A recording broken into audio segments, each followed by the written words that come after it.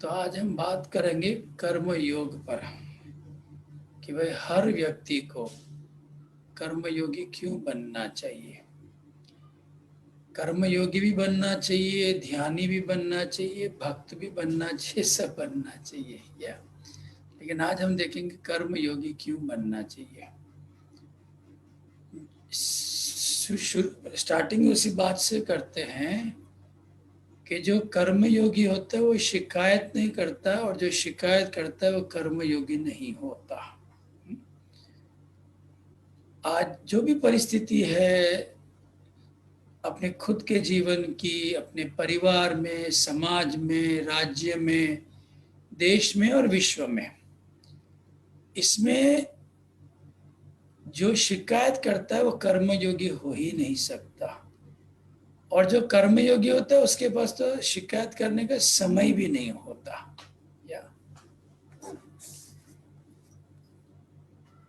अगर अपने जीवन में, अपने परिवार के जीवन में, समाज में, राज्य में, देश में, हम विश्व की बात तो बाद में कर लेते हैं, अपनी इतना ही बात कर लेते हैं कि अपने व्यक्तिगत जीवन में, अपने पारिवारिक जीवन में, अपने समुदाय में, अपने समाज में, अपने राज्य में, और खास करके आप उत्तर प्रदेश से जुड़े हो तो राज्य में और देश में, अगर हम चाहते हैं कि सब खुश हों और सब खुश होंगे तो ही हम खुश रह पाएंगे। ये भ्रम है इंसानों का कि अपने घर के छोटे से दायरे में अगर वो खुश रह सकते हैं, यह असंभव बात है। ये वैज्ञानिक तौर पर प्रमाणित भी किया गया है कि यदि आपका दोस्त, उसका दोस्त और उसका दोस्त दुखी है तो भी 6% आप दुखी रहोगे। आपका दोस्त, उसका दोस्त और उसका जिसको आपने कभी जीवन में देखा भी ना हो, वो भी अगर दुखी हो तो उसका 6% दुख आप पर आता है, यानी हम पर आता है। अर्थात हमारे आसपास के लोग अगर खुश नहीं है तो हमारा खुश रहना असंभव है। सीधी सीधी बात है। तो हमारे पास कर्मयोगी होने के सिवाय कोई ऑप्शन भी नहीं है। या और दूसरी महत्वपूर्ण बात, जो व्यक्ति शिकायत करता है, निंदा करता है, वो न तो खुश रहता है न स्वस्थ रहता है। आपकी जानकारी में वो आप भी हो सकते हो, कोई बड़ी बात नहीं है, वो आप भी हो सकते हो। आपकी जानकारी में जितने लोग शिकायत करते हैं, निंदा करते हैं, वो न खुश रहते हैं न स्वस्थ रहते हैं, वो हमेशा नाराज रहते हैं।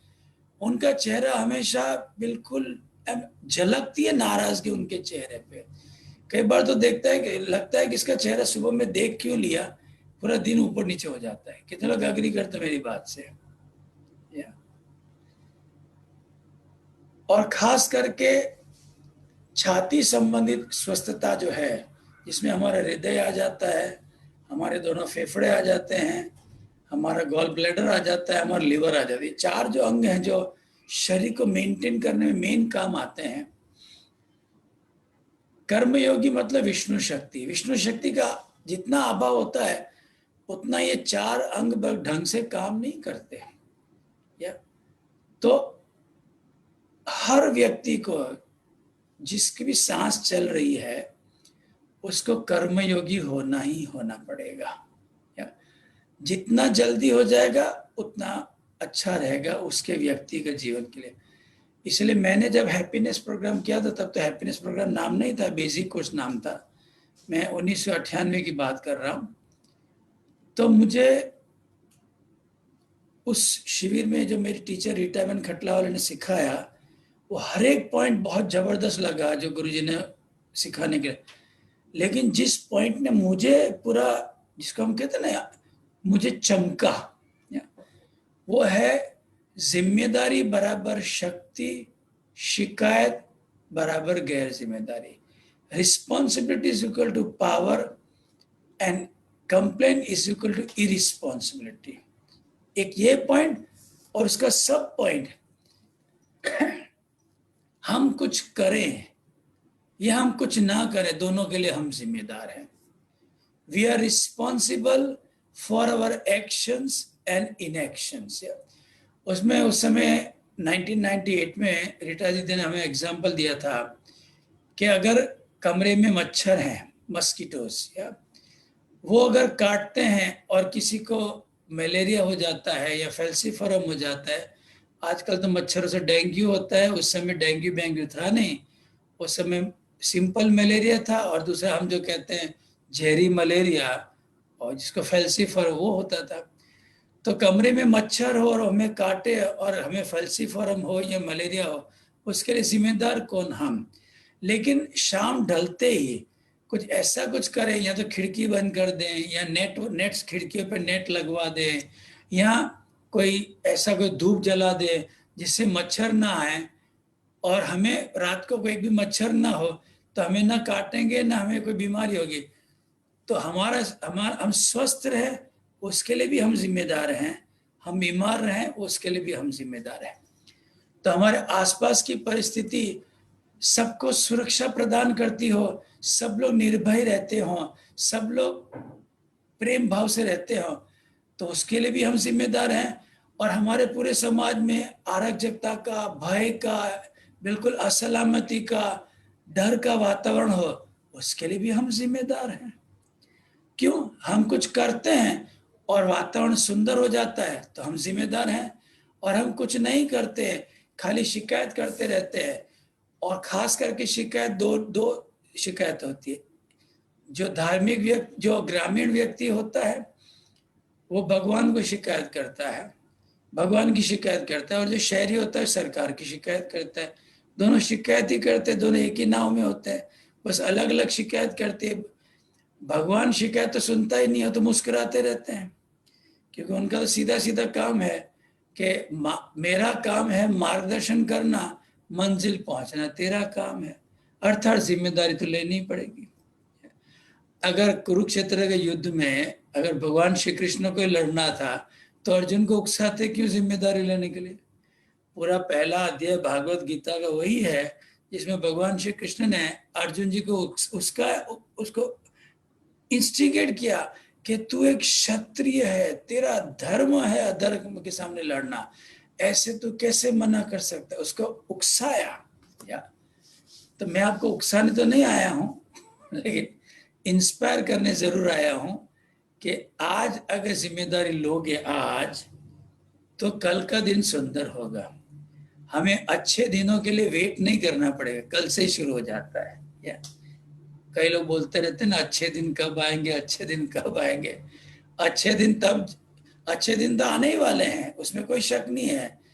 गुरुदेव है तो अच्छे दिन तो आने ही वाले हैं, लेकिन गुरुदेव ने जो गोवर्धन उठाया है उसमें हम जितना जल्दी डंडा लगा देंगे उतना अच्छा दिन जल्दी आ जाएंगे। वैसे उनको तो अच्छे दिन लाने ही उनको।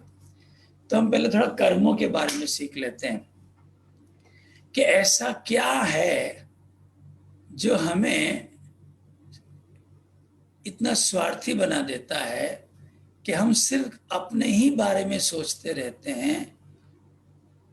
कई बार तो मैंने ऐसे लोगों को भी देखा है जो सिर्फ अपने बारे में सोचते हैं, अपने परिवार के बारे में भी नहीं सोचते। इतना स्वार्थ चला जाता है बुद्धि में कि पूरा दिन जब से जाग होती है और जब तक सोते हैं, ये जो भी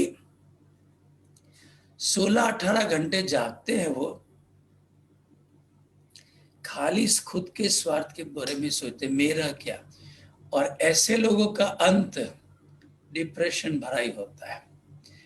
किसी को भी डिप्रेशन होता है उसके पहले उसके मन में स्वार्थ आया हुआ होता है खाली। अब और हम सब ने कभी न कभी डिप्रेशन अनुभव किया है।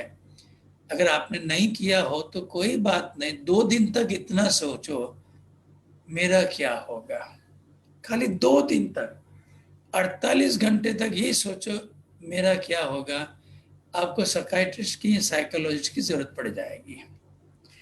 और 2 दिन ये सोचो इस राज्य का क्या होगा, इस देश का क्या होगा, इस मानवता का क्या होगा।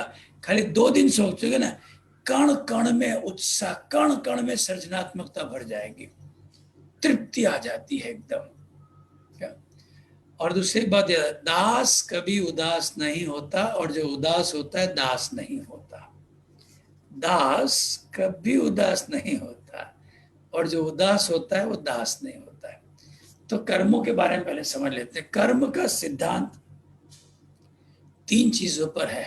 या बीज, कर्म का बीज अर्थात कर्म का बंधन, दूसरा है कर्म दैट इज कार्य, और तीसरा है कर्म का फल। या इंसानों को थोड़ा बहुत ज्ञान क्या कर्म करना चाहिए उसका तो है, लेकिन बहुत विरलों के पास ये ज्ञान है कि कर्म बंधन क्या है और कर्म दोष क्या है, कि मैं जो कर रहा हूं क्यों कर रहा हूं, जो भी कर रहा हूं क्यों कर रहा हूं। और जब मैंने किसी का ना दिल दुखाया है ना गलती की है, ये फिर भी मैं बीमार क्यों रहता हूं, मैं खुश क्यों नहीं रह पाता हूं, क्योंकि उसकी दृष्टि न कर्म के बंधन पर है न कर्म दोष पर है। और आई टेल यू, कर्म बंधन पे तो शायद किसी की दृष्टि होगी, कर्म दोष भी तो उंगलियों पे गिन सकते इतने लोगों की दृष्टि होती है कि मैं अगर दुखी हूं तो कर्म बंधन से और कर्म दोष से। तो जैसे हम एक किसी पेड़ को देखते हैं तो हमारी नजर किस पे पड़ती है, पेड़ के तने पर पड़ती है, जिसको अंग्रेजी में हम ट्रंक ऑफ द ट्री कहते हैं। फिर पेड़ की टहनियों पर पड़ती है, डालियों पर, ब्रांचेस ऑफ द ट्री। और पेड़ पे लगी पत्तियों पर नजर पड़ती है, लीव्स ऑन द ट्री और द ब्रांचेस। और उस टहनियों पे जो फल लगे हैं ना उस पे दृष्टि पड़ती है, the fruits hanging on the branches. लेकिन 2 चीजों पे हमारी दृष्टि नहीं पड़ती है। पहली, वह जो बीज है जो जमीन के भीतर है जिसमें से पेड़ आया है, उस पर कभी दृष्टि क्यों नहीं जाती, क्योंकि जमीन के भीतर है। एक तो पेड़ के बीज पे दृष्टि नहीं जाती, दूसरी पेड़ के मूल पे दृष्टि नहीं जाती है, क्योंकि मूल और बीज दोनों जमीन के अंदर है। और दूसरी दृष्टि इस पर नहीं जाती है, वो जो टहनियों पर, जो ब्रांचेस पे, जो डालियों पर जो फल लगा हुआ है, फल के अंदर जो बीज है, जिसमें से कई और वृक्ष, जिसमें से कई बीज है जिनमें से कई वृक्ष निकलेंगे, और उन वृक्ष में से कई और फल निकलेंगे, उन फलों में से कई वृक्ष निकलेंगे, उनमें से कई फल। इस पे कभी कोई गौर नहीं करता कि मैं जो कर रहा हूं उसका आगे चल के हशर क्या होना। इसलिए तो इतने सारे भजन और गाने बनते हैं ना, लड़कपन खेल में, लड़कपन खेल में खोया, जवानी भर सोया, बुढ़ापा देख कर रोया, बुढ़ापा देख कर रोया, यही किस्सा पुराना है, सजन रे झूठ मत बोलो, खुदा के पास जाना है, न हाथी है न घोड़ा है, वहां तो खाली कर्म योगी को जाना है, सजन रे झूठ मत बोलो। हम इसमें आगे है ना, हमारे महल चौपारे ऐसे रह जाएंगे सब सारे, नहीं, या वही लिख लिख के जाना है। कितना बात समझ में आ रही है। तो अभी हम देखते हैं कर्म के बीज पर दृष्टि करेंगे आज, और कर्म के दोष पर, अर्थात कर्म के फल पर। या तो हम सब कर्म जानते हैं, कर्म मतलब एक्शन, कोई भी कार्य करते हैं उसको हम कर्म कहते हैं। लेकिन आज दृष्टि डालेंगे कि मैं ये एक्शन क्यों कर रहा हूं, मेरे अंदर ऐसा क्या है जो मुझे मजबूर करता है कार्य करने के लिए, और ऐसा क्या है मेरे अंदर जो मुझे मजबूर करता है कि मैं खाली स्वार्थी रहूं और निस्वार्थ समाज सेवा ना करूं। ऐसा क्या है जो हमें रोकता है, उस पर दृष्टि डालेंगे आज। तो अगर पूरा प्रोग्राम, थोड़ा टाइम लगेगा आज, या तो मैं तो टाइम लेके आया हूं, आपके पास टाइम हो तो पूरा देखना, तो कल से आपका जीवन का दृष्टिकोण ही बदल जाएगा। तो कौशल जी, ऋषि जी। आओ चक्र, पहले मैं चक्र का समझा दे तो फिर पावर पॉइंट लगा देंगे, ठीक है। तो जैसे गुरुदेव बताते हैं हमारे शरीर में 108 चक्र है।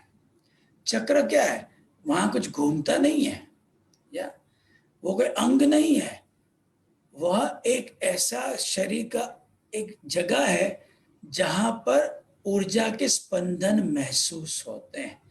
ऊर्जा शरीर के कण कण में है, लेकिन 108 ऐसी जगहें हैं जहां पर स्पंदन महसूस होते हैं ऊर्जा के। वो सकारात्मक है नकारात्मक बाद में देखते, लेकिन स्पंदन महसूस होते हैं। जैसे आप जिस कमरे में बैठे हुए हो, उस पूरे कमरे में हवा है, लेकिन हवा महसूस तब होती है जब पंखा ऑन हो, या और वहां अनुभव होती है जब पंखे के नीचे डायरेक्ट होते हैं, तब मैक्सिमम अनुभव होती है। जितना पंखे से दूर जाते हैं उतनी कम महसूस होती है, या और पंखा ऑफ हो तो चाहे कमरे में हवा है, उसकी अनुभूति होती नहीं है। वैसे हमारे पूरे शरीर में प्राण शक्ति है, लेकिन हर जगह अनुभव नहीं होती है। ऐसे 108 जगहें हैं जहां पर स्पर्श करने से अनुभूति होती है कि वहां शक्ति वाइब्रेट कर रही है। ये 108 चक्र में से सबसे महत्वपूर्ण है 7 चक्र, जो हमारी रीढ़ की हड्डी के आधार पर, रीढ़ की हड्डी के साथ साथ होते हैं। इनमें जितनी तरंगे हैं वो है हमारा कर्म बंधन, और जितनी इन चक्रों पे स्थिरता है वो है हमारी मुक्ति। मुक्ति क्या है? तरंगों से मुक्ति को मुक्ति कहते हैं। और कर्म बंधन क्या है? ये तरंगे हैं।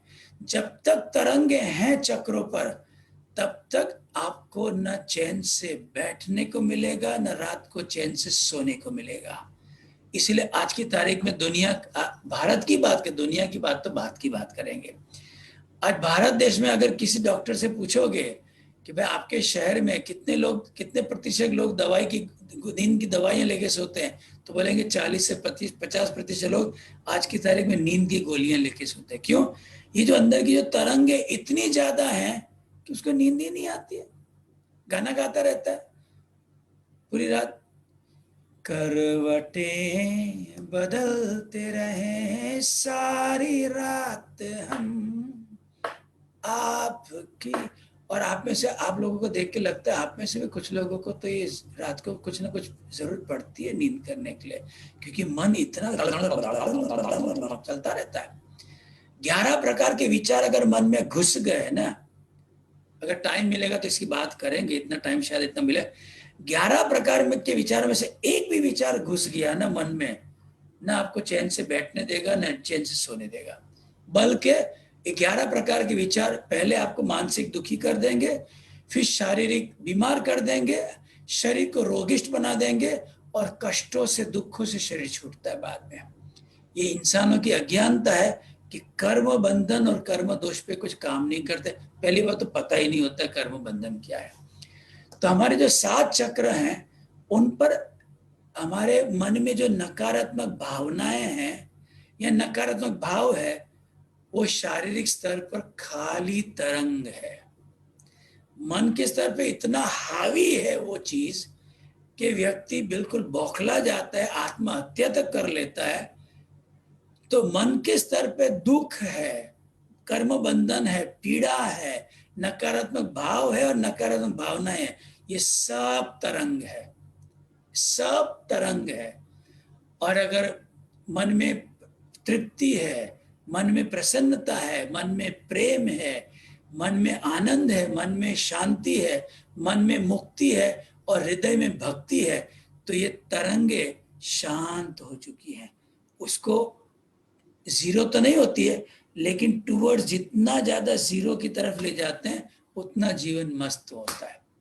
और भगवान श्री कृष्ण ने गीता में कहा है, पहली जिम्मेदारी है इंसानों के कंधों पर स्वधर्म, अपने अंदर की तरंग को शांत करना। दूसरी जिम्मेदारी भगवान श्री कृष्ण ने बताई है परोधर्म, औरों की तरंगों को शांत करने में सहयोग करना, सहायक होना।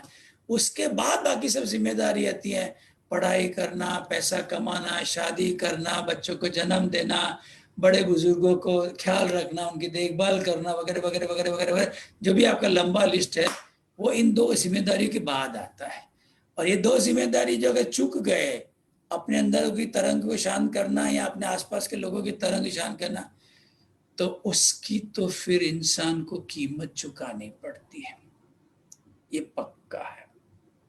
या तो इसको हम देखते हैं पावर पॉइंट प्रोग्राम से। क्वेश्चन लगा दीजिएगा प्लीज।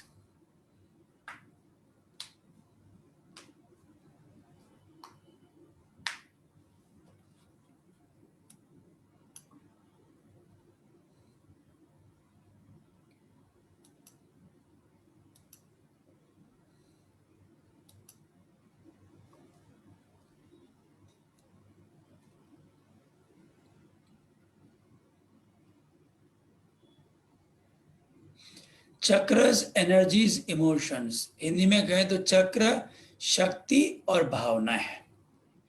शक्ति कहो, ऊर्जा कहो, it's one and the same thing.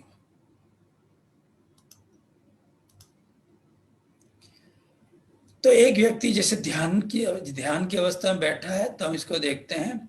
हमारा सबसे पहला जो रीढ़ की हड्डी के साथ चक्र है, सबसे पहला चक्र है रीढ़ की, जैसे खड़े होते हैं तो उसको कहते हैं रीढ़ की हड्डी का अंत, लेकिन हम बैठे हुए होते हैं तो वो बन जाता है रीढ़ की हड्डी का आधार। या हमारे रीढ़ में टोटल 33 हड्डियां होती हैं। जो हमारी खोपड़ी से शुरू करते हैं, हमारी खोपड़ी से पहली जो 7 हड्डियां हैं उसको कहते हैं सर्वाइकल।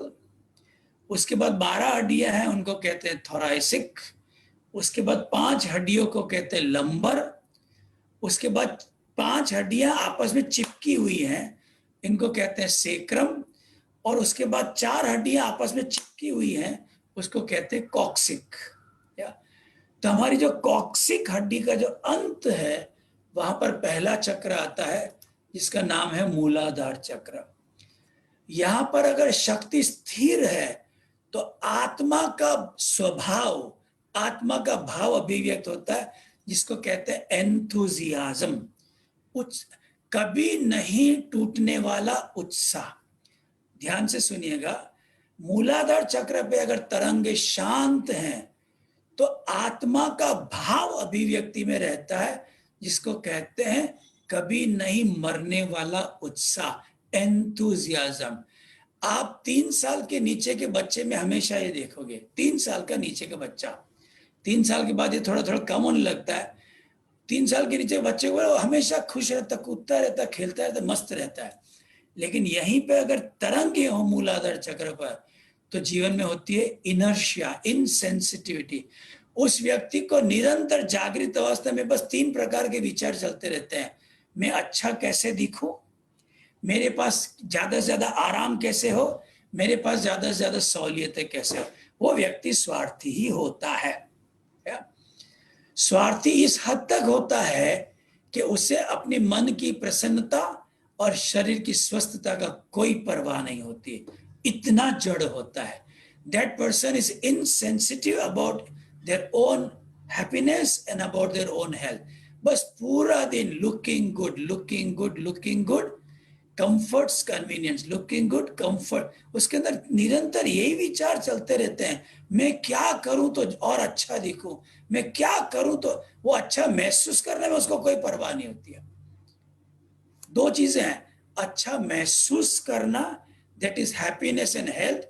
दूसरा है अच्छा दिखना, मतलब ब्यूटी पार्लर्स एंड ब्यूटिक्स और मिरर के सामने अच्छा फील करना, मतलब आंखें बंद करके साधना करना।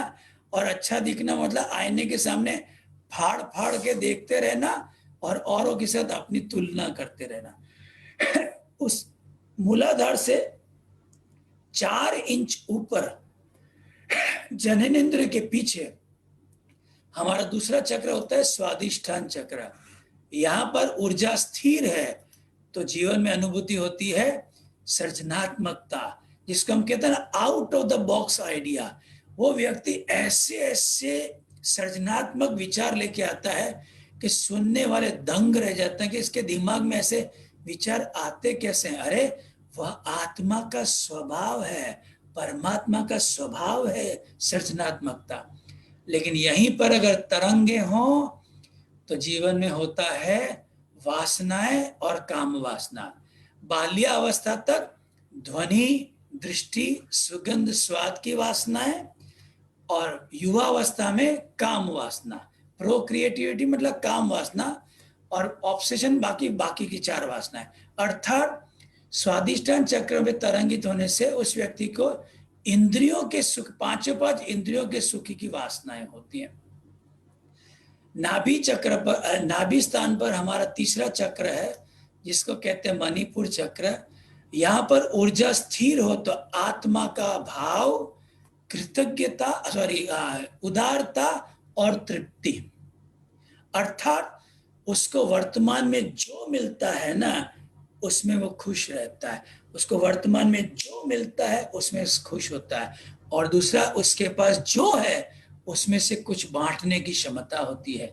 आजकल के देखा जाता है उदारता अमीरों की क्वालिटी नहीं है, उदारता जो भी है उसमें से बांटने की क्षमता को उदारता कहते हैं।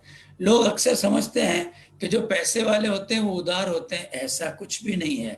कई बार देखा गया है पैसे वाले ज्यादा लोभी होते हैं, ईर्ष्यालु होते हैं। या भाई जेब में 1000 रुपया है और कोई 10 रुपया मांगे और उसको न दे, लेकिन जेब में 20 रुपया है, 10 रुपया किसी ने मांगे, उसके पास 10 रुपया देने की जो क्षमता है उसी को कहते हैं उदारता।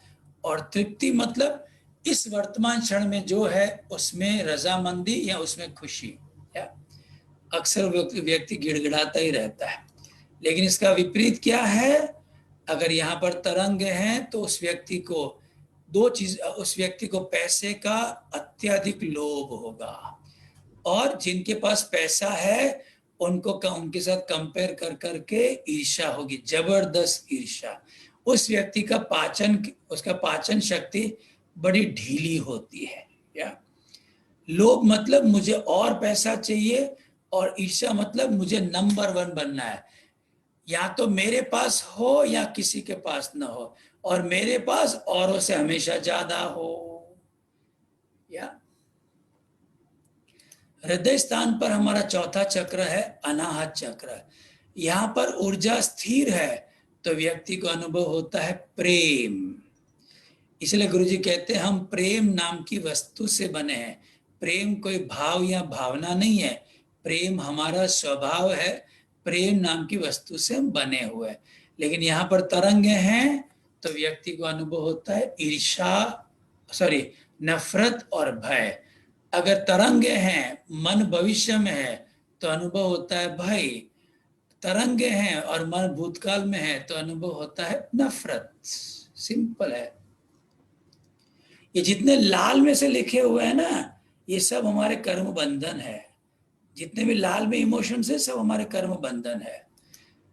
कंठ स्थान पर है विशुद्धि चक्र।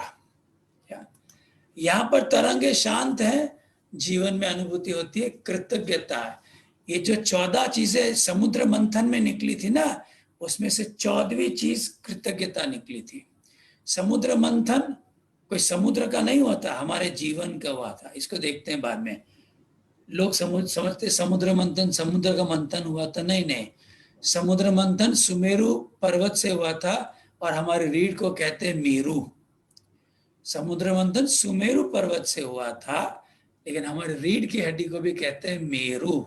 या तो हमारे मेरू पे जब मंथन करते हैं तो 14 चीजें निकलेंगी, 8 नकारात्मक, 6 सकारात्मक। या इसको भी देखते हैं। तो ये आत्मा का भाव है कृतज्ञता, और अगर यहीं पे तरंगे हैं तो उसका विपरीत है पश्चाताप, और दोनों में रोना आ जाता है। जब कृतज्ञ होते हैं तो भी कंठ भर आता है, और पश्चाताप में होते हैं तो भी कंठ भर आता है, दोनों में रोना आ जाता है। हमारे दोनों भुवों के बीच में एक अगला चक्र है जिसको कहते हैं आज्ञा चक्र। यहाँ पर तरंगे शांत हो तो उस व्यक्ति को आत्मबोध होता है, awareness, knowledge of the perfect. उस व्यक्ति के अंदर आत्मबोध होता है, उसके पास जो पूर्ण है, आत्मा पूर्ण है तो आत्मबोध होता है। लेकिन यहीं पर तरंगे हों तो मां कसम बहुत गुस्सा होता है। आप में से जिनको भी चश्मा है उनको पता है मैं क्या बोला। प्रीति ठीक बोल रहा हूँ? प्रीति जायसवाल, आपको गुस्सा बहुत आता है ना, क्योंकि हमारे पास ज्ञान परफेक्शन का है, परफेक्ट का ज्ञान होना चाहिए। हमारे पास पूर्ण का ज्ञान होना चाहिए, लेकिन तरंग होने के साथ उसके पास पूर्णता का ज्ञान होता है। क्या करने से ये सब परफेक्ट हो? अरे उसमें तो गलतियों पे गुस्सा आता ही रहेगा। क्या बोलते प्रीति, ठीक बोल रहा हूं मैं? अग्री करोगे? अब बता दो, आगे बता दो सबको यार। और ये कर्म बंधन है, हमारे आज्ञा चक्र पे तरंग है, हमें सिर्फ परफेक्शन की ओर ले जाएगी, परफेक्ट से दूर रखेगी। इसलिए अपने भारतीय संस्कृति में दोनों भुवों के बीच चंदन का तिलक या कुमकुम की पेस्ट का तिलक लगाते हैं। रेडिएटर है वो। चंदन की पेस्ट, चंदन की लकड़ी जब किसी पत्थर पे रगड़ते हैं तो उसमें से पेस्ट बनता है, पानी के साथ। उस चंदन की लकड़ी में चंदन ऑयल भी होता है और पानी भी डालते हैं, तो वो पेस्ट एकदम मस्त होती है। उसका तिलक लगाते हैं तो पानी धीरे धीरे धीरे धीरे इवोपरेट होता है। और हम साइंस में सीखे हैं, evaporation brings a cooling effect. अर्थात जैसे जैसे पानी उसका बाष्पीभवन होता है, वैसे वैसे आज्ञा चक्र की तरंगे शांत होती हैं, तो व्यक्ति आत्मबोध में रहता है, क्रोध में नहीं रहता। अर्थात उसके अंदर परफेक्शन की चाह की जगह परफेक्ट का विरह शुरू हो जाता है। परफेक्शन की क्रेविंग की जगह परफेक्ट की लॉन्गिंग हो जाती है। ये फ्लिप ओवर हो जाता है। और चंदन का तिलक भी, चंदन कुमकुम का भी पेस्ट लगाए तो उसका पानी धीरे धीरे इवापोरेट होता है। इसलिए अपनी संस्कृति में दोनों भुवों के बीच ये तिलक लगाने की प्रथा है। अपने पूर्वज बड़े वैज्ञानिक थे, उन्होंने जो जो नियम बनाए हैं उसके पीछे मन का, चेतना का शुद्ध विज्ञान है। उसको हमें तो खाली फॉलो करने की जरूरत है। That's it.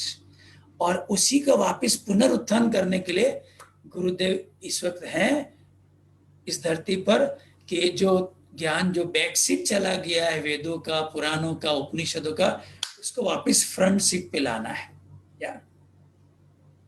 और उसमें हमें सहयोग करना है। उन्होंने तो गोवर्धन ऑलरेडी उठा के रखा है। जब से उन्होंने पहली सांस ली तब से गोवर्धन उठा के रखा है। बल्कि उन्होंने तो जन्म जन्मांतर से ये गोवर्धन ही उठा के रखा है। समय समय पे आते हैं हमें मौका देने के लिए कि हम उन्होंने जो गोवर्धन उठाया है उसके नीचे हम डंडा लगाएं, तो हमारा भी बचाव हो जाए इंद्र से। इंद्र मतलब ईगो से हमारा भी बचाव हो जाए, वरना ये इंद्र हमें कहीं का नहीं छोड़ता है। सर की चोटी पर एक और चक्र है जिसको कहते हैं सहस्त्र चक्र। यहां पर तरंगे शांत हो तो जीवन में अनुभव होता है आनंद। या ये आत्मा का एक ऑलमोस्ट पराकाष्ठा का भाव है। इसके ऊपर पराकाष्ठा आती है, बताता हूं। यहां पर अगर तरंगे हैं तो वहां नकारात्मक कुछ भी नहीं है, लेकिन अगर तरंगे शांत हो तो सकारात्मक आनंद।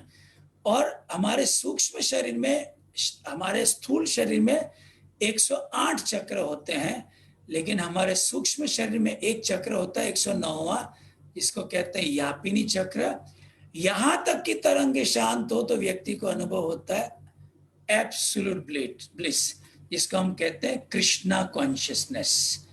भगवान श्री कृष्ण जो जिस कॉन्शियसनेस से पूरा जीवन 126 साल 7 महीने और 8 दिन इस धरती पर निर्वाह करके गए, जिस अवस्था में रहते थे वो अवस्था एक व्यक्ति पहुंच सकता है अगर यापिनी चक्र तक की तरंग को शांत कर दे।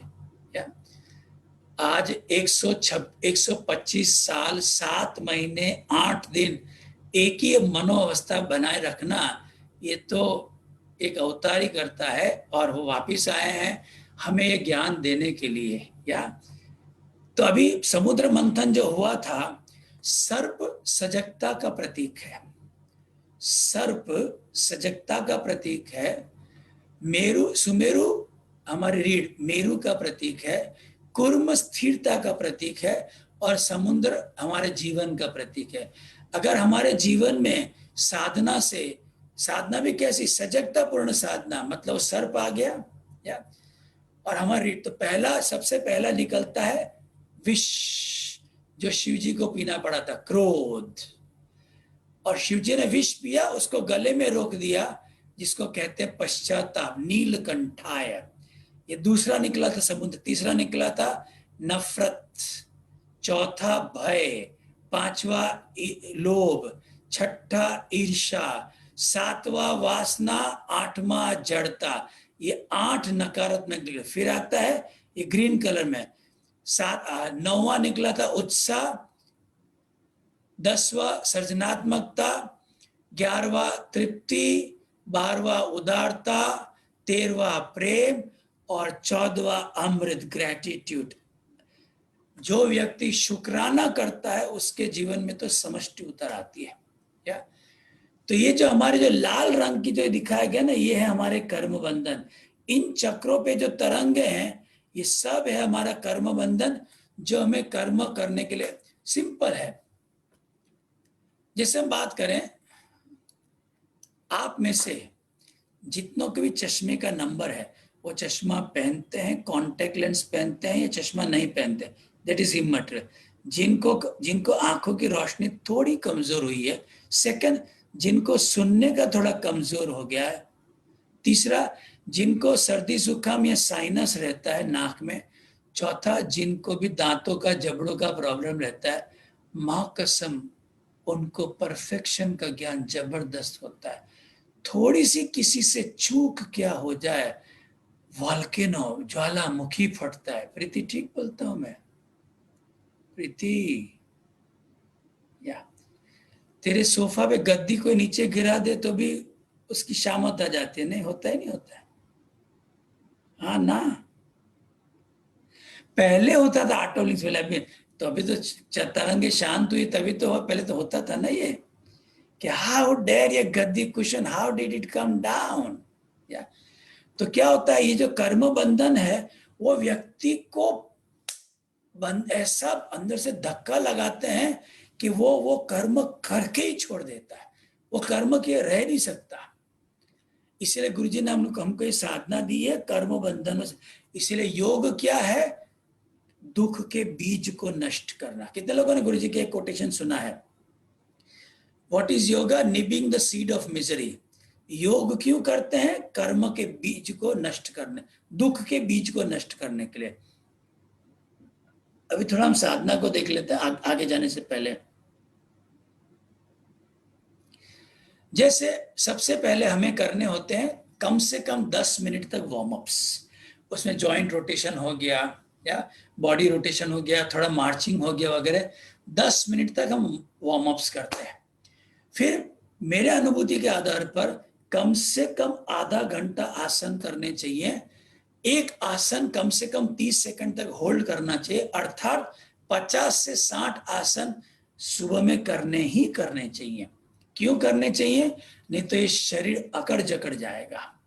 हमारे 2 मांसपेशियों के बीच में रात को सोने से समय एक परत आ जाती है जिसको कहते हैं फस।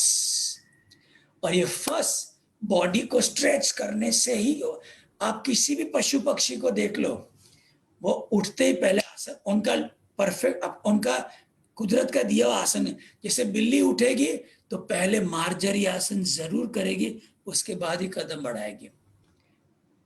आप लोकस्ट को देखोगे, सल्ब को देखोगे तो वो पहले सल्बासन करके फिर ही आगे बढ़ेगा। एक कुत्ते को देखोगे तो डॉग स्ट्रेच करके ही आगे बढ़ेगा।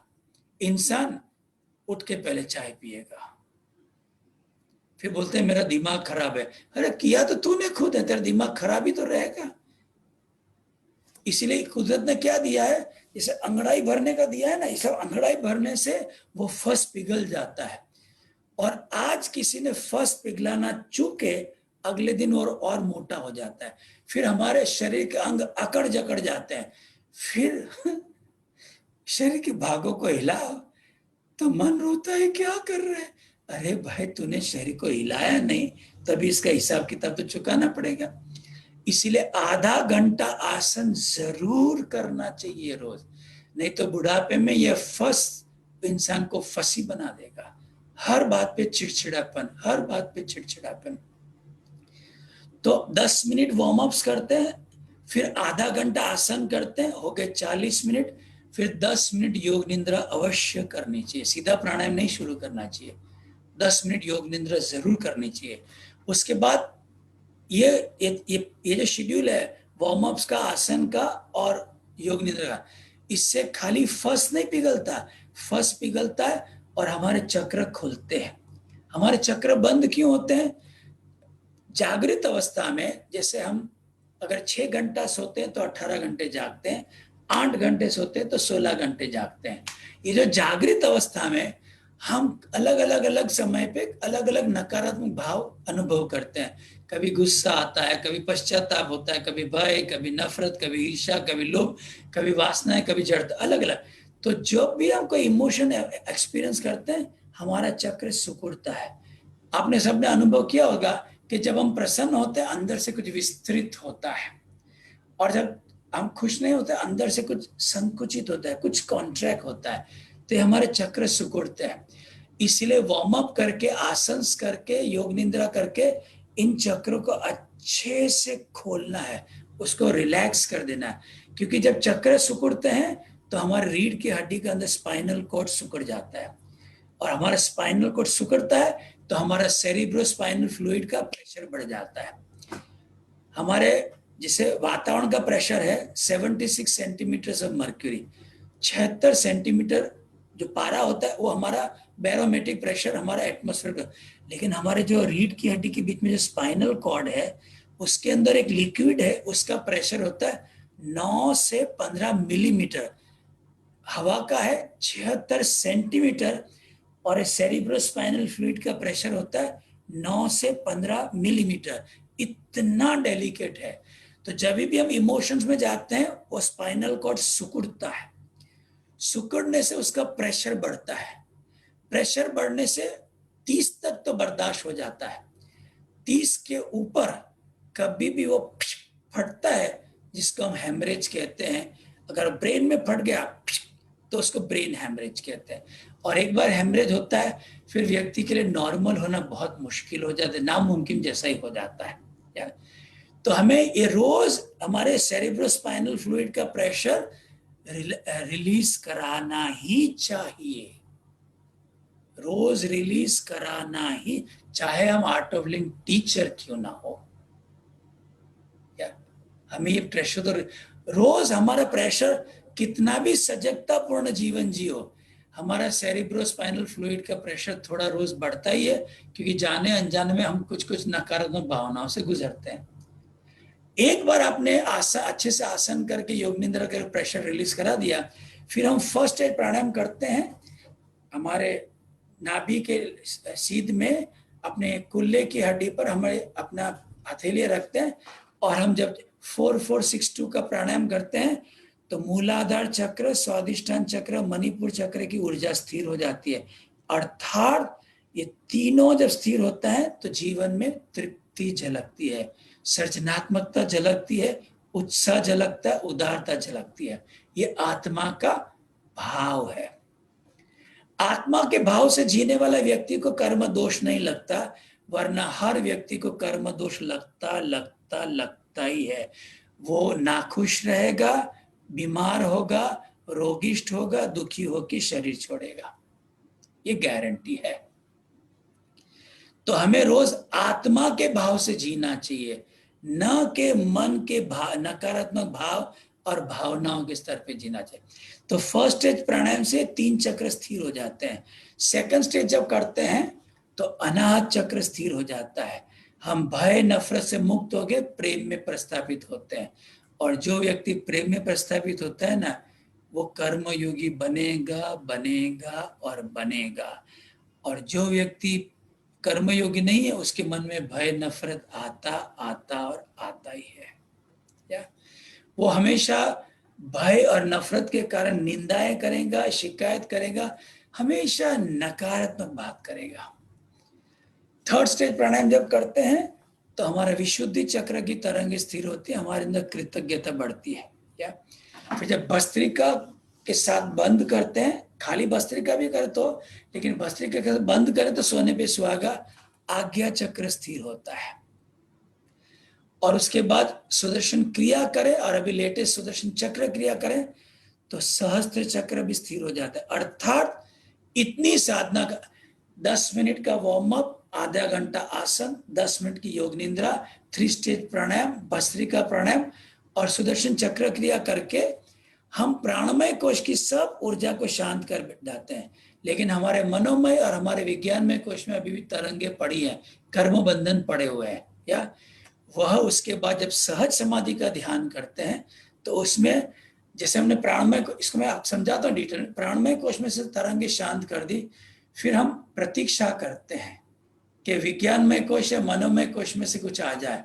तो जब मनोमय कोश विज्ञानमय कोश में से कुछ तरंगे आती हैं और मन उन पे योजनाएं बनाना शुरू करे, अर्थात प्लानिंग करना शुरू करे, जिसको हम कहते हैं जुड़े हुए विचार, एसोसिएटेड थॉट्स, तो हम सहज मंत्र का आह्वान करके इसको डिलीट करते हैं। या कभी ऐसा कोई भी आ जाए विचार, या कोई रिपीटेड थॉट्स आ जाए 11 प्रकार के, एक तो मन योजना बनाए तो सहज मंत्र का इस्तेमाल करना पड़ता है, सदुपयोग करना पड़ता है, या मन 11 प्रकार के रिपीटेड थॉट्स में फंस जाए, एक ही विचार कंटिन्यूस चले, तो सहज मंत्र का सदुपयोग करके उसको डिलीट करते हैं। तो ये हो गए 12 ऐसी स्थितियां जिसमें सहज मंत्र का सदुपयोग करना पड़ता है। 13वीं स्थिति है कि जब ध्यान करने बैठे थे तो शरीर में कहीं भी दर्द नहीं था, मन में कोई तीव्र संवेदनाएं नहीं थी, लेकिन ध्यान के बीच में शरीर में कहीं दर्द अनुभव होने लगे और मन में एकदम तीव्र संवेदनाएं आ जाए, तो ये 13वीं परिस्थिति मनोस्थिति है जिसमें सहज मंत्र का आह्वान करके उसको डिलीट करते हैं। और रोज प्राणमय कोश को तो शांत करना ही है, रोज थोड़ा थोड़ा मनोमय विज्ञान में, थोड़ा थोड़ा मनोमय, जब ये मनोमन विज्ञान में कोश खाली हो जाता है तो व्यक्ति अनुभव करता है आनंदमय कोश। वो व्यक्ति हमेशा आनंद में रहता है, जैसे अपने गुरुदेव हैं 24 घंटे उसी आनंद में रहते हैं, इसलिए उनका नाम है द गुरु ऑफ जॉय, आनंद के गुरु। और वो हमें यही सिखा रहे हैं कि जो मेरे पास है वो आप भी पा सकते हो, बस हमें जो वो कहते हैं वो थोड़ा करना है, सिंपल है। ये समझ में आ गया आपको? अब इसको मैं कर्म बंधन कैसे बनते बताता हूं। ये 7 चक्र पे, इसके पहले हम हमारे कर्म कहां कहां पर अंकित है उसको देख लेते हैं। हमारे शरीर के 5 स्तर हैं, अस्तित्व के ना शरीर के 5। सबसे पहला है हमारे स्थूल शरीर, जो दिखता है, स्पर्श कर सकते हैं, महसूस भी होता है, ठीक है। इस शरीर के अंदर ऊर्जा है, तो इस एक मिनट, इस शरीर को कहते हैं अन्नमय कोश, क्योंकि बना है अन्न से बना है, तो इसको अन्नमय कोश कहते हैं। इसके अंदर जो प्राण शक्ति है उसको कहते हैं प्राणमय कोश, एनर्जी इन द अन्नमय कोश। हमारे स्थूल शरीर में जो ऊर्जा है उसको कहते हैं प्राणमय कोश। तो वार्म अप करके, आसन करके, योग निद्रा करके, 3 स्टेज प्राणायाम, भस्त्रिका प्राणायाम के साथ बंद लगा के, सुदर्शन क्रिया करके हम प्राणमय कोश की तरंग को सब शांत कर देते हैं। अर्थात हमारा प्राण, अपान, समान, उदान, व्यान, नाग, धनंजय, कुरिकल, देवदत्त और कुर्म, ये 10 प्रकार के प्राण को हमने शांत कर दिया। लेकिन उसके बाद जो हमारा अगला शरीर है जिसको कहते हैं, ये हमारे अन्नमय कोश और प्राणमय कोश है, कई गुना बड़ा है, उसको कहते हैं मनोमय कोश। हमारा खुद का मैग्नेटिक फील्ड, जितना ज्यादा व्यक्ति ऊर्जावान होता है ना, उतना उसका ये मनोमय कोश बड़ा होता है, अवर ओन मैग्नेटिक फील्ड। इसमें हमारे जो प्राणमय कोश है, जो हमारे शरीर के अंदर ऊर्जा है, इसमें खाली इसी जन्म की इंप्रेशन से, इसी जन्म की तरंग है, सिर्फ इस जन्म की तरंग है, जिसको हम कहते हैं आयुर्वेद की भाषा में हमारी प्रकृति। अगर आयुर्वेदिक डॉक्टर कहता है कि तुम्हारी पित्त प्रकृति है या वात प्रकृति है या कफ प्रकृति है या मिक्सचर है, ये है तरंगे हमारे इस जन्म की प्राणमय कोश में, जिसको हम कहते हैं प्रारब्ध कर्म। इसको कोई नहीं बदल सकता, हाँ इसको एडिट कर सकता है, बदल कोई नहीं सकता। इसकी पॉजिटिव इफेक्ट्स को टेंडिंग टू 100 कर सकते हैं, नेगेटिव इफेक्ट्स को टेंडिंग टू 0 कर सकते हैं। टोटल 0 भी नहीं कर सकते, टोटल 100 भी नहीं कर सकते, इम्पॉसिबल है। लेकिन 99.9999% कर सकते हैं, और यहाँ पर 0.00001 ऐसे टूवर्ड्स 0 टूवर्ड्स 100 कर सकते हैं। या तो ये है हमारे प्रारब्ध कर्म, इसमें हमारी प्रकृति। मनोमय कोश में जो, अच्छा इसमें प्रकृति खाली इसी जन्म की होती है, इसी जन्म की इंप्रेशन। हमारे मनोमय कोश में 50% इस जन्म की, 50% पिछले जन्म की, इमीडिएट पिछले जन्म की तरंग है, वो भी हमें करनी है क्लियर, क्योंकि हम बैकलॉग लेके आए हैं। इससे कई गुना ज्यादा बड़ा है हमारा विज्ञानमय कोश, हमारे जिसको कहते हैं कारण शरीर, the subtle body, the causal body. इसमें है हमारे जन्मों जन्मांतर के कर्म तरंगे। कब से हैं? 1377 करोड़ साल पहले जो ब्रह्मांड विस्फोटक हुआ था, वहां से लेके अब तक की तरंगे इसमें पड़ी हुई है। 1377 करोड़ साल की तरंगे इसमें पड़ी हुई है, और हमें 1377 करोड़ साल नहीं लगेंगे। गुरु जी की कृपा से थोड़ा समय अगर रेगुलर साधना करें तो क्लियर हो जाता है। इसलिए महर्षि पातंजलि ने कहा है, सतु दीर्घ काल नैरंतर्य सत्कार सेवितु दृढ़ भूमि। अगर हम रेगुलर एक थोड़ा लंबे समय तक रेगुलर साधना करते हैं पूरे भाव के साथ, तो ये सब तरंगे हम क्लियर कर सकते हैं। और बाद में अनुभव क्या करते हैं? हमारा 5वां कोश, जिसको कहते हैं अनंतता, आनंदमय कोश, इन्फिनिटी, द यूनिवर्स। तो आनंद अनुभव करना हो तो हमारे प्राणमय कोश, मनोमय कोश और विज्ञानमय कोश में जो हमारे कर्म बंधन पड़े, ध्यान से सुनिएगा, हमारे प्राणमय कोश में है जिसको हम कर्म बंधन कहते हैं, प्रारब्ध कर्म।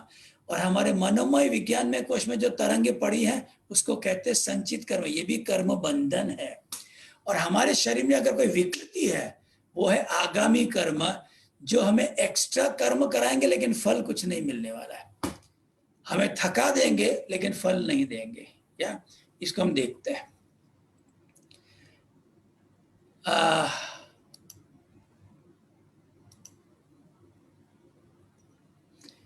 कितने लोगों को काफी हद तक क्लियर हो गया कर्मों का सिद्धांत? या कंचन जी, आपको हो गया? या तो ये है हमारे कर्म बंधन, हमारा प्रारब्ध, हमारा प्रारब्ध कर्म बंधन है। नहीं, आप बोला तो ये हमारा प्रारब्ध हमारा कर्म बंधन है। हमारा मनोमय और विज्ञानमय कोश में हमारे कर्म बंधन है, वो भी हमारे कर्म बंधन है। संचित कर्म और प्रारब्ध कर्म हमारा कर्म बंधन है। ये हमें कर्म कराते रहेंगे, लेकिन हमारे अंदर जो विकृति है वो है हमारा कर्म दोष, जो हमें काम करवाएंगे, फल कुछ नहीं देने वाले हैं। अर्थात गधे की तरह मेहनत करवाएंगे, फल कुछ नहीं देने वाले, खाली तकलीफें देंगे, बीमारियां देंगे। ठीक है, एक और देख लेते हैं। कौशल, वृत्तिस का पावर पॉइंट लगा देना, वृत्तिस का।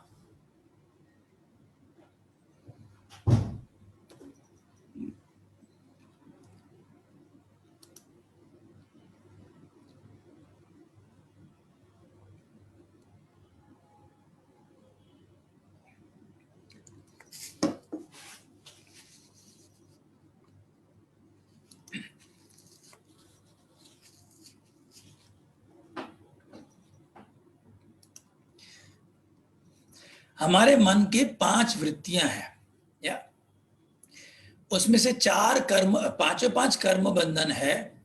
हमारे मन की 5 वृत्तियां हैं। ये 5 वृत्तियां हमारे कर्म बंधन है। ये 5 कर्म बंधन, उसमें से 4 दुख देते हैं, 5वां सुख नहीं देता। इसलिए 4 को कहते हैं क्लिष्टा, 5वें को कहते हैं अक्लिष्टा। इसको देख लेते हैं थोड़ा।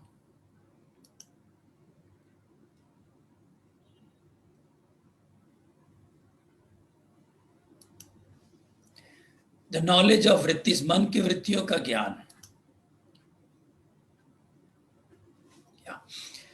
ये जो नीचे के जो 3 चक्र है, मूलाधार चक्र, स्वादिष्ठान चक्र और मणिपुर चक्र, इसमें अगर तरंगे हैं तो ये मन की वृत्ति बनती है विपर्याया। वो व्यक्ति का मन हमेशा भविष्य में रहेगा। भविष्य में कैसे मैं अच्छा दिखूं, वो वो वो 10 चीजों में फंसा रहता है। पहला, कैसे अच्छा दिखूं। दूसरा, कैसे मेरे पास सब सुख हो। तीसरा, कैसे मेरे पास सब सुविधाएं हो। फिर आगे ये तो 3। 5, इंद्रियों के सुख कैसे सबसे ज्यादा हो गए। 8, कैसे सबसे ज्यादा पैसा हो। 9, और मैं हमेशा नंबर 1 रहूं। 10। ये विपर्य है, वो खाली 10 बातों में ही उसका मन चलता रहता है, और उसको धीरे धीरे धीरे 3 बीमारियां आने लगती हैं, जिसको कहते हैं इंसोमिया, एप्रीहेंशन, एंजाइटी। ये तीनों मानसिक तकलीफ हैं। नींद ना आना, फिर एप्रीहेंशन चिंता, एंजाइटी बेचैनी। ये उसको लगा क्यों, उसका मन हमेशा भविष्य में रहता है, वर्तमान में टिकता ही नहीं है। वो व्यक्ति चलो जब तक जवान है इंद्रियों के सुख में और स्वार्थ भरे कर्म करता रहेगा, बुढ़ापे में क्या करेगा जब मन उसका न इंद्रियां साथ देंगी न शरीर साथ देगा। मन तो उतना ही भागने वाला है। मन की दूसरी वृत्ति है जिसका अनंत चक्र पे तरंगे होती हैं, वो हमेशा इस वृत्ति में रहता है, विकल्पा। वो हमेशा भूतकाल भविष्यकाल में रहता है। भूतकाल की तकलीफों से पीछा छुड़ाने की बात करता है, व्यक्ति परिस्थिति को बदलने का सोचता रहता है, व्यक्ति से बदला लेने की सोचता है।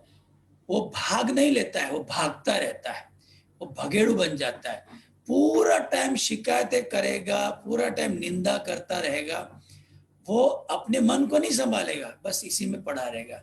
हमारी अगर विशुद्धि चक्र तरंगित है तो हमारे मन की तीसरी वृत्ति है स्मृति। वो भूतकाल की नकारात्मक घटनाओं को निरंतर चबाता रहेगा। मुझे ऐसा नहीं करना चाहता था, मुझे ऐसा करना चाहता था, उसको ऐसे नहीं बनाना, पूरा दिन करता रहता है। और ये उससे क्या होता है, जैसे विपर्य से ये जो ब्राउन कलर का शरीर का अंग है उस पर प्रभाव पड़ता है, कर्मदोष है वो, उसका कर्मदोष पे आएंगे अभी। जो विकल्प में रहता है हृदय संबंधित उसका पर प्रभाव पड़ता है शरीर पे। जो स्मृति है हमारा cervical, thyroid, shoulder, elbow, carpals, phalanges, metaphalanges, इस पे उसका प्रभाव पड़ता है। और जिसका आज्ञा चक्र तरंगित है वो होता है प्रमाण। वो हमेशा उसको अच्छी कोई भी बात कहो उसका बोलेगा प्रमाण दो, मुझे क्या मिलेगा, मेरा क्या फायदा होगा। आप जो बोल रहे हो ठीक बोल रहे हो क्या, क्या पता तुम झूठ भी बोल रहे हो, मेरे को बेवकूफ बना रहे हो। ये सब उसके मन में विचार चल रहे हैं, डाउटिंग माइंड। या तो ये है हमारे कर्म बंधन। नीचे के 3 चक्रों की तरंगे भविष्य में रखेंगी।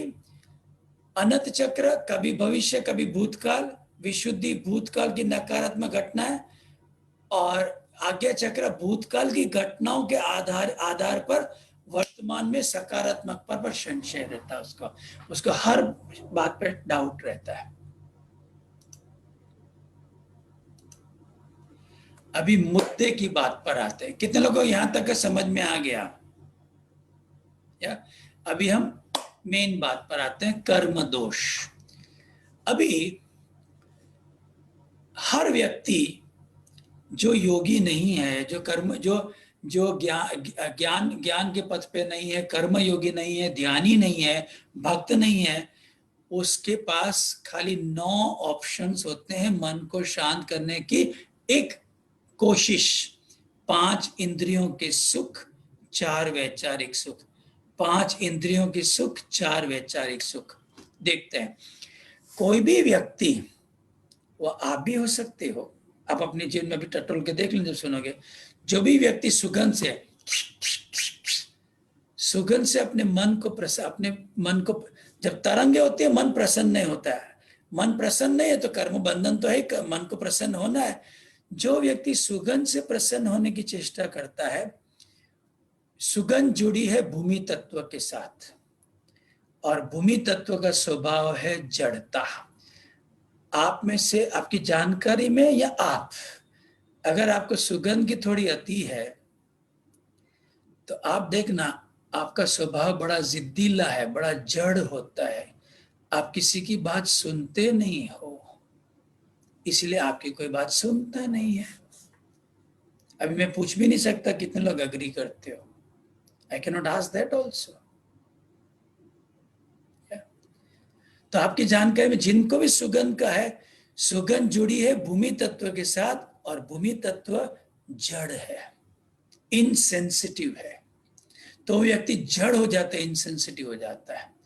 दूसरा, जिनको स्वाद से मन को प्रसन्न करने, स्वादिष्ट, जब भी भोजन करो स्वादिष्ट ही करना चाहिए। आयुर्वेद कहता है अस्वाद भोजन करने से बीमार हो जाता है, और सही बात है, भोजन तो रुचिकर ही करना चाहिए, लेकिन मन को प्रसन्न करने के लिए भोजन जब करते हैं तो हम थोड़ा भोजन शरीर की आवश्यकता से अधिक ही कर लेते हैं।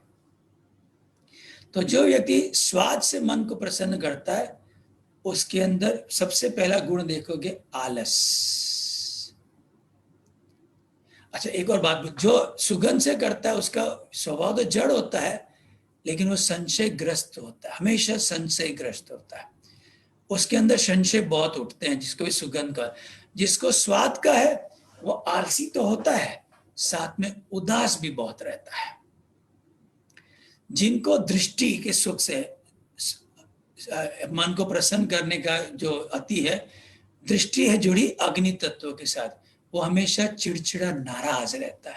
आप में से जिनको भी सिनेमा ज्यादा देखना, टेलीविजन ज्यादा देखना, सोशल मीडिया जो अति है, या कहना वो स्क्रीन को देखते रहते हैं, वो चिड़चिड़े रहते हैं, नाराज रहते हैं, बहुत नाराज, छोटी छोटी बातों में नाराज हो जाते हैं।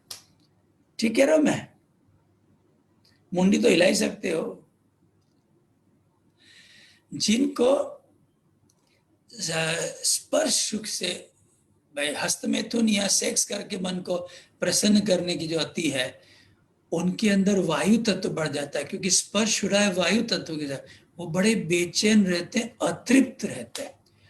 तो स्पर्श सुख से अतृप्ति, अग्नि तत्व से नाराजगी, जल तत्व से उदासी, और पृथ्वी तत्व से जड़ता, जिसको हम कहते हैं अशांति। जो चीज ठीक करने के उसमें तो वृद्धि हो गई, जो चीज ठीक करने के वो तो ठीक हो ही नहीं, ये तो बिल्कुल करेला नीम चढ़ा हो गया। करेला तो कड़वा था ही, लेकिन कड़वी नीम में बनाया तो और कड़वा हो गया, तो विकृतियां आ गई।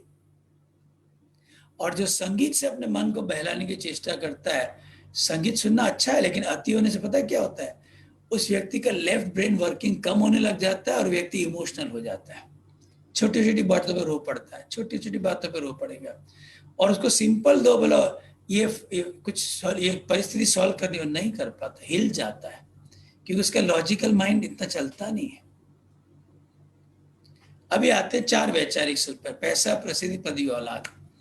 जो व्यक्ति पैसे के पीछे भागता रहता है, पैसा होना चाहिए, पैसा मेहनत करके कमाना चाहिए, होना भी चाहिए, लेकिन जिसके दिन रात महीने में मन में पैसा पैसा पैसा होता है ना, उसके अंदर वात बढ़ जाता है, वायु तत्व बढ़ जाता है, अतृप्त रहता है। दूसरा आता है प्रसिद्धि, जो हमेशा प्रसिद्धि के बारे में सोचता रहता है, प्रसिद्धि जुड़ी है अग्नि तत्व के साथ, वो हमेशा चिड़चिड़ा रहता है। सत्ता, सत्ता जुड़ी है जल तत्व के साथ, जो व्यक्ति सत्ता के पीछे जाता है ना, बड़ा उदास रहता है। आपने कई पॉलिटिशियंस को देखा होगा, जो सत्ता, एक होता है पॉलिटिशियन जो समाज का कल्याण के लिए निकला, दूसरा होता है सत्ता के लिए निकला, उदास रहता है। और आती है औलाद, जो व्यक्ति औलाद के बारे में पूरा टाइम सोचता रहता है, वो धीरे धीरे जड़ हो जाता है, क्योंकि औलाद जुड़ी है भूमि तत्व के साथ। ये है सब कर्म दोष। इन 9 के कारण किसी के अंदर वात वृद्धि होती है, किसी के पित्त वृद्धि होती है, कभी कफ वृद्धि होती है, कभी कॉम्बिनेशन होता है, कभी आम बनता है। और आयुर्वेद कहता है वात विकृति, अगर शरीर में वायु बढ़ जाए तो वो व्यक्ति का शरीर 57% रोगों के लिए खुला हो जाता है। पित्त बढ़ने से 29%, कफ बढ़ने से 14% असाध्य रोगों के लिए उसका शरीर खुला हो जाता है। आयुर्वेद ने पूरे रोगों को 140 कैटेगरी में बांट दिया है, उसमें से 80 कैटेगरी वात से होती है, 40 पित्त से होती है, 20 कैटेगरी असाध्य कफ से होती है, अर्थात 57% वात से, 29% पित्त से, 14% असाध्य कफ से। फिर व्यक्ति बोलता है मैंने तो ऐसा कोई, बालकिशन जी, मैंने ऐसा कोई कर्म पूरा जीवन नहीं किया। मैंने किसी की, कभी मैंने कोई चोरी नहीं की, कभी झूठ नहीं बोला, कभी किसी का दिल नहीं दुखाया, मुझे ये तकलीफ ऐसी क्यों? तो ये कर्म बीज और कर्म दोष पे दृष्टि डाली थी क्या? उनको शांत करने, उससे मुक्त होने के लिए कोई प्रयास किया था क्या?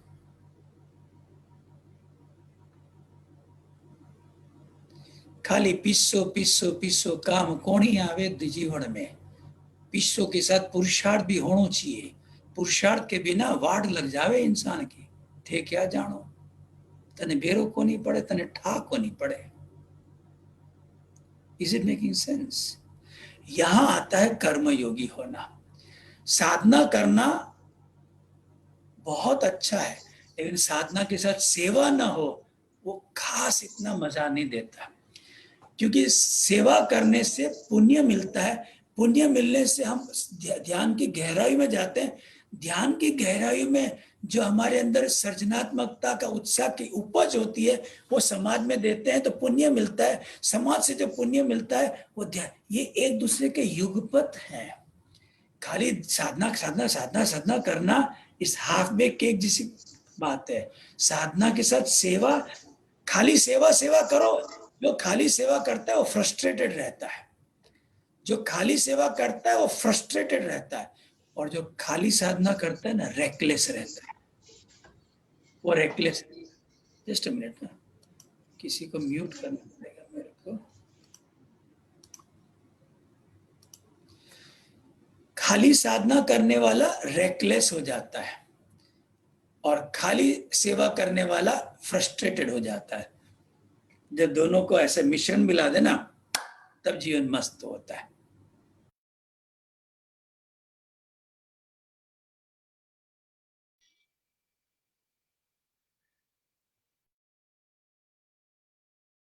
ऋषि आपका म्यूट हो गया। आप म्यूटेड। साधना और सेवा एक युगपथ है, दोनों का समन्वय साथ में होना चाहिए। अकेली सेवा भी कोई मतलब नहीं रखता, फ्रस्ट्रेटेड हो जाता है। अकेली साधना रेकलेस, मतलब वह व्यक्ति बिल्कुल, जिसको हम कहते हैं ना, एक दिमाग में एक सुर सवार हो जाता है कि मैं कुछ हूं।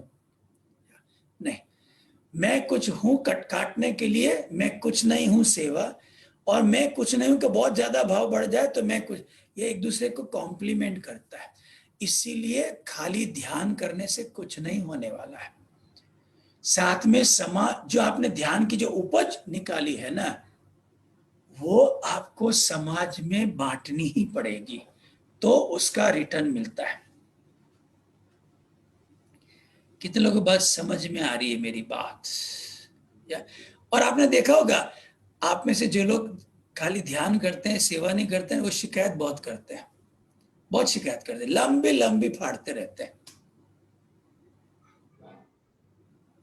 और जो सेवा में चिड़चिड़े हो जाते हैं, वो ध्यान नहीं करते। मेरी बात से सहमत हो? जी।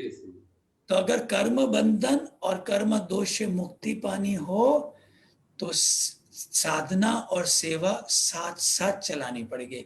जिस जिस गहराई में जाने की बात करते हैं कि हमें आत्म साक्षात्कार हो जाए, उसके लिए सेवा के बिना काम नहीं बनेगा, काम नहीं बनेगा। और कर्मयोगी क्या है? मुझे कुछ नहीं चाहिए, लेकिन मैं क्या आपके लिए क्या कर सकता हूं? मुझे कुछ नहीं चाहिए आपसे, I want nothing, but I want to do everything for you. आज गुरु जी का भाव देखो ना, सेम, जन्म से लेकर आज तक सेम भाव है, मैं क्या कर सकता हूं, what can I do for the society. इसलिए उनके जीवन में आनंद कभी कम नहीं होता।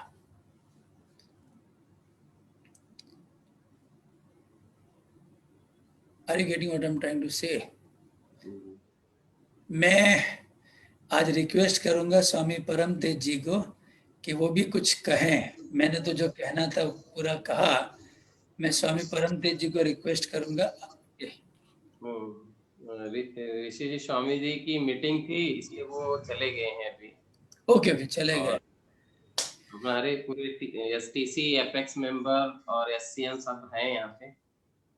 हाँ, जो मैं आपको बता दूं, ये जो वृत्ति है ना, जिसको हम कहेंगे नफरत की और भय की, ये जो वृत्ति है जिसको कहते हैं विकल्पा। विकल्पा क्या है? हमेशा आपको दो चीजें बताएंगी। विकल्प आपको सुख के पीछे भागने के लिए कहेगा या दुख से पीछा छुड़ाने के लिए कहेगा। आप हमेशा न इधर के रहोगे न उधर के रहोगे।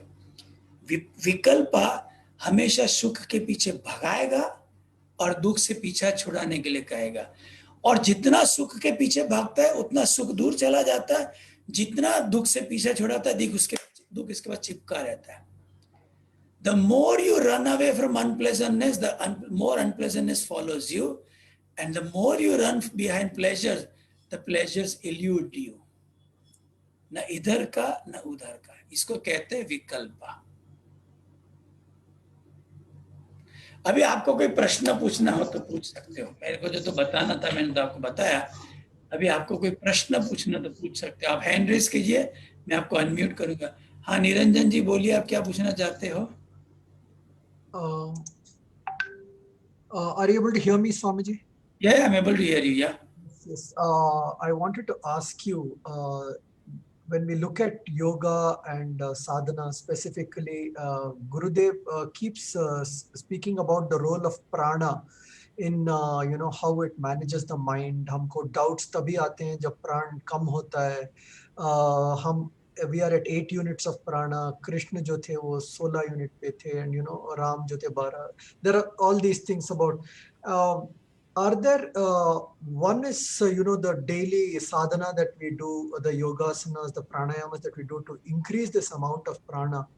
But is there anything specific that you would like to suggest in terms of increasing the patrata to hold more prana in the body, so that the higher transcendence happens? Because I've realized that higher the prana, the way you see the world also starts changing slowly. So is there a way to declutter so that more हमारी the patrata of the individual increases to hold more prana? साधना तो हम सब करते हैं, आसन प्राणायाम प्रत्याहार धारणा ध्यान समाधि लग सब करते हैं, लेकिन दो चीजों पे मैंने पूरी दुनिया को लैक देखा है, यम और नियम का पालन करना। यम नियम का पालन करेंगे तो ही प्राण, इसीलिए महर्षि पातंजलि ने बताया है अभ्यासा वैराग्य। अभ्यासा क्या करना है? साधना तो कर ली, पुरुषार्थ तो कर लिया, अभ्यास क्या करना है? क्या जब मैं यम is when you are with people, जब हम लोगों के साथ होते हैं, लोगों की सुख सुविधा देख के हमारे अंदर ईर्ष्या लोभ आ गया, हिंसा ऑलरेडी हो गई, हिंसा ऑलरेडी हो गई। तो ये ऑब्जर्व करना है, am I happy looking at others happiness और I become greedy and jealous when I look to others happiness. दूसरा बताया ब्रह्मचर्य, when I look to opposite gender, am I still looking at them as a human or I am looking to them as an object of entertainment? तब याद दिलाना है मेरा लक्ष्य तो ब्रह्म तत्व है, ये मेरा लक्ष्य नहीं है। I am a brahmachari. My brahmachari does not means abstinence from sex. No, brahmachari is always having a goal in the mind that I want to experience the highest. फिर अगर किसी की अच्छाई दिख जाए और हम उसकी निंदा करें तो ये हो गया चोरी करना, हो गया अस्तेय हो गया। हमें रहना अस्तेय में, हमें न फिजिकल प्रॉपर्टी चुरानी है न इंटेलेक्चुअल प्रॉपर्टी चुरानी है।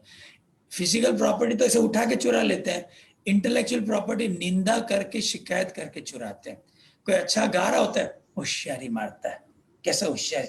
We are criticising, we are robbing their intellectual, we are putting them down because we cannot tolerate the intellectual property. This is also stealing. ये भी चोरी करना ही हो गया। Then comes Satya. Always be on the side of truth. We humans become very biased and prejudiced when it comes to giving a judgment or maybe ruling. हम biased हो जाते हैं। Then comes अपरिग्रह। हमारे पास जो अष्टलक्ष्मी स्वरूप से जो 8 चीजें आई हैं, ज्ञान, आदि लक्ष्मी ज्ञान, विद्या लक्ष्मी टैलेंट्स, धान्य लक्ष्मी हेल्थ, धन लक्ष्मी पैसा, सफलता Lakshmi that is Vijay Lakshmi success, राज्य लक्ष्मी से ओवर अदर्स, देन संतान लक्ष्मी चिल्ड्रन एंड धैर्य लक्ष्मी करेज। we should be sharing all this in proportion. We don't share, we just accumulate and accumulate and accumulate and accumulate. तो जितना एक्यूमुलेट करते हैं उतनी जेलेसी आती है, उतना ये एनर्जी ड्रॉप होती है. तो ऑब्जर्विंग यमा when we are with people, और जब अकेले में होते हैं ऑब्जर्विंग नियमा, कि मैं जब अकेला बैठता हूँ मेरा मन वर्तमान में होता है या भविष्यकाल भूतकाल में होता है. अगर वर्तमान में शौच है, भविष्यकाल भूतकाल में अशौच, सिंपल है. फिर इंद्रियों के सुख और कैसे मिले, पैसा और कैसे मिले, इसका प्लानिंग चलता रहता है. दिस इज कॉल्ड असंतोष. हमारे अंदर होना चाहिए संतोष. फिर हम ऑपोजिट सिचुएशन को दुख मानते हैं, उसको दुख नहीं मानना है, उसको प्यूरिफिकेशन प्रोसेस तप मानना है. और औरों अपने पे दोषारोपण है, औरों पे दोषारोपण नहीं करना है, स्वाध्याय करना है कि कौन सी फीलिंग है जिससे मुझे दुख मिल रहा है.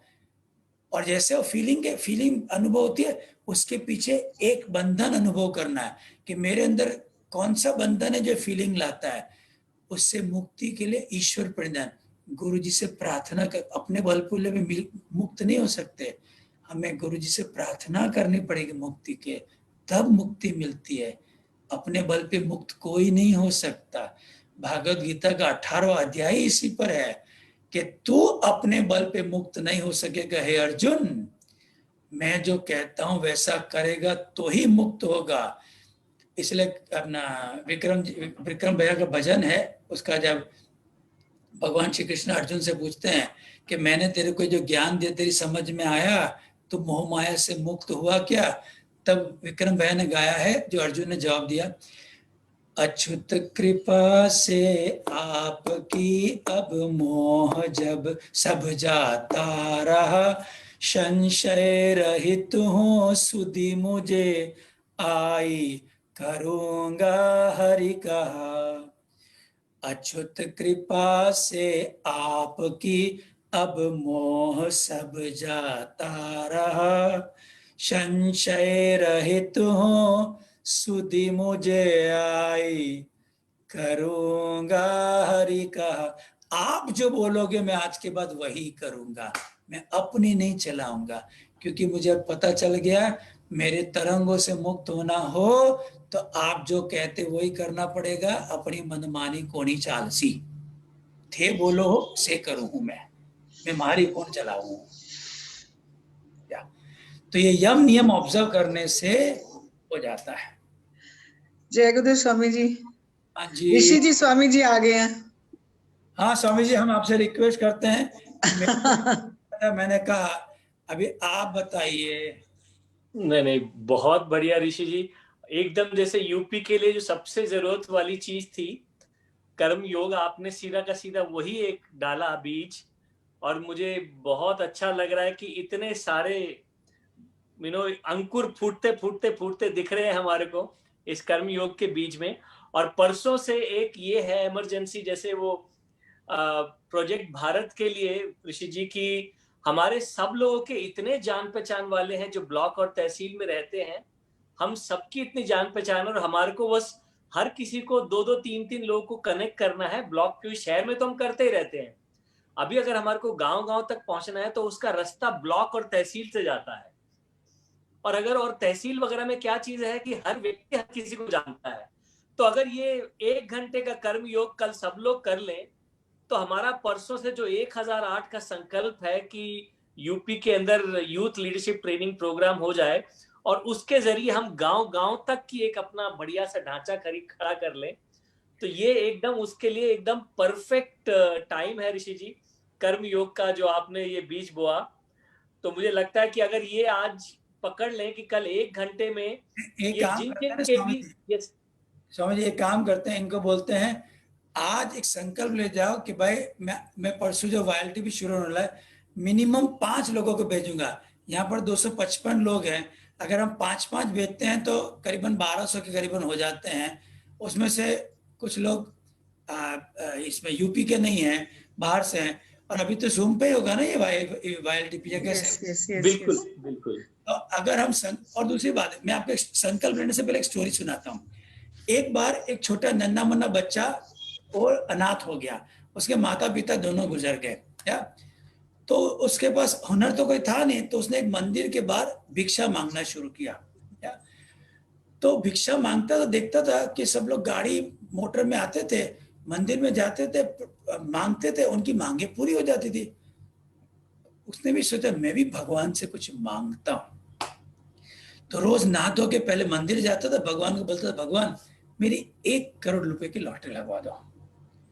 रोज जाके प्रार्थना कर, भगवान मेरी 1 करोड़ रुपए की लॉटरी लगवा दो।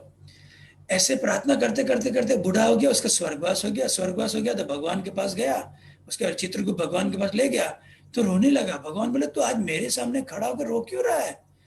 बोले भगवान आपने सबकी प्रार्थना कबूल की, मेरी एक प्रार्थना थी कि मेरी 1 लाख रुपए की लॉटरी लगवाओ, आपने वो नहीं। भगवान बोले तब से, जब से तूने प्रार्थना शुरू की तब से खड़ा हूं कि तू एक लॉटरी की टिकट खरीद और मैं वही लगवा दूं। तो वैसे ही आप खाली संकल्प करो, लॉटरी तो गुरुदेव लगवाने वाले, आप कम से कम 5 लोगों को लाने का संकल्प तो करो। स्वामी जी की प्रेजेंस में संकल्प तो करो, संकल्प फलीभूत हो जाएगा। आप संकल्प ही नहीं करोगे, अर्थात लॉटरी की टिकट ही नहीं खरीद, भगवान लॉटरी की टिकट लगवाएंगे कैसे? टिकट तो होना चाहिए। तो कितने लोग आज संकल्प लेते हैं कि मिनिमम 5 लोगों का एनरोल करेंगे इस YLTP के लिए? ब्यूटीफुल, बस हो गया। स्वामी जी कहाँ चले गए? उनका डिस्कनेक्ट हो गया ऋषि जी। ओके, तो वहां पे हम 5 लोगों का संकल्प लेते हैं। 5 लोगों का हाथ ऊपर करिए, कितने लोग 5 लोगों का संकल्प लेते हो? वेरी, आप खाली लोगों से बात करो। मैं आपको बताता हूं, सबकी प्रार्थना है, ये ज्ञान उनको चाहिए, बस उनके और गुरुदेव के बीच में हमें खाली कड़ी बनना है। गुरुदेव ज्ञान देने के लिए बैठे हैं और इनकी प्रार्थना है कि गुरुजी हमें मुक्ति चाहिए, हमें भक्ति चाहिए, सबकी प्रार्थना है। हमें खाली बात करके उसको YLTP में लाना है, बाकी तो गुरुजी फिर उनको आगे ले जाएंगे, सिंपल है। और वो ये लॉटरी की टिकट हम उनके लिए ले रहे हैं कि हम 5 लोगों से बात करके उनको एनरोल करेंगे, उनकी लॉटरी की टिकट लग जाएगी कि वो गुरुजी के साथ जुड़ जाएंगे और उनके आशीर्वाद जो गुरुजी के प्रति कृतज्ञता अदा करेंगे। गुरुजी को कृतज्ञता कोई चाहिए नहीं, वो हमारी तरफ जिसने काम किया उसकी तरफ डाइवर्ट हो जाती है। तो गुरुजी के पास कॉल डाइवर्ट फैसिलिटी है कि उनकी तरफ जितनी कृतज्ञता आती है, जिन जिन्होंने कंट्रीब्यूट किया उनके खाते में डिपॉजिट हो जाती है। और मैं बताता हूँ, मेरे खाते में तो इतनी सारी है कि स्विस बैंक ने मना कर दिया कि हमारे पास लॉकर नहीं है, ये सब आपने जो किया उसके पुण्य इकट्ठा करना हमारे पास। तो मैंने तो बहुत अलग अलग जगह बैंक अकाउंट खुलवा दिए इसके। तो वैसे मैं आपको बोल, स्वामी जी के बहुत हैं, अर्जेंटीना पूरा बैंक मना कर दिया कि स्वामी जी का खाता कोई नहीं खोलेगा अर्जेंटीना के बैंक में। ठीक है ना स्वामी जी? मैं बिल्कुल, पूरा लैटिन अमेरिका किस कंट्री है वहां पे ऋषि जी, वहां सब जगह अकाउंट है।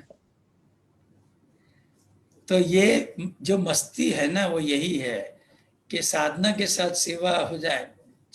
तो सबने संकल्प लिया कि मिनिमम 5 लोगों को एनरोल करें। हाँ, 5 लोगों को एनरोल करने के लिए आपको 10-15 से बात करनी पड़ेगी। ऐसा नहीं है कि 5 को बोलोगे 5 बाद रेडी हो जाएंगे। प्रार्थना सबकी है, लेकिन किसी किसी को कोई दूसरा इंपॉर्टेंट काम उनके मन से लगे कि इससे इंपॉर्टेंट काम हो ही नहीं सकता, लेकिन उनके मन में आता है कि नहीं पहले मैं ये कर लूँ। तो ऐसे आप 15 लोगों से बात करोगे तो 5 लोग तो तैयार आराम से हो जाएंगे। और खाली मैं जब 2000 की साल में जब गुरुजी के पास नवरात्रि करने गया था, तब अपना नया, जब पुराना MP थिएटर था तब वो MP थिएटर नया ही बना था, तब गुरुजी ने बोला था हम सबके नसीब में तो उंगली दिखाने का पुण्य है कि हम लोगों को उंगली दिखाते, पुण्य हमारे खाते में क्रेडिट होता है। हम लोगों को बोलते हैं ये कर ले, ये कर ले, ये कर ले, ये उंगली दिखाने से पुण्य मिलता है। इस कर्म भी नहीं करने पड़ते हैं, उंगली दिखाने से। मेरी आंखें चौंक गई थी कि यस, गुरुजी क्या मस्ती वाली बात कर गए कि हमें तो उंगली दिखाने का पुण्य मिल रहा है। पुण्य के लिए कोई उतना कर्म भी नहीं करना पड़ता है, बस उंगली दिखाए हमारा काम होता जाता है। तो बालकिशन जी ने बोला कि आज यूपी के एपेक्स मेंबर्स वगैरह को उंगली दिखाने, मैंने बोला मैं आता हूँ, पुण्य तो मेरे को ही मिलेंगे। बहुत बढ़िया। हाँ बालकिशन जी बोलिए, बालकिशन जी बोलिए। बहुत बढ़िया, सब लोग पूरे तन्मयता से एकदम बैठे हैं और अभी सेवा करने की बात आ गई है ऋषि जी। कल हम लोग पूरा दिन सेवा जबरदस्त करेंगे। स्वामी जी का कनेक्शन हो रहा है। अगर हमारे स्वामी जी क्रेक हो गया। स्वामी जी वीडियो बंद करके ही बोलिए। आज ऋषि जी सारे डीडीसी को इकट्ठा किया मैं था। तो ठीक हूँ। हाँ ठीक है स्वामी जी। स्वामी जी बोलिए, आपका वीडियो ऑफ रखे बोलिए, तब हाँ। bandwidth- तो नहीं, बिल्कुल हम ये कह रहे हैं कि आप में से किसी को ना, नहीं, अगर आप में से किसी को ऐसे लोग भी लगते हैं,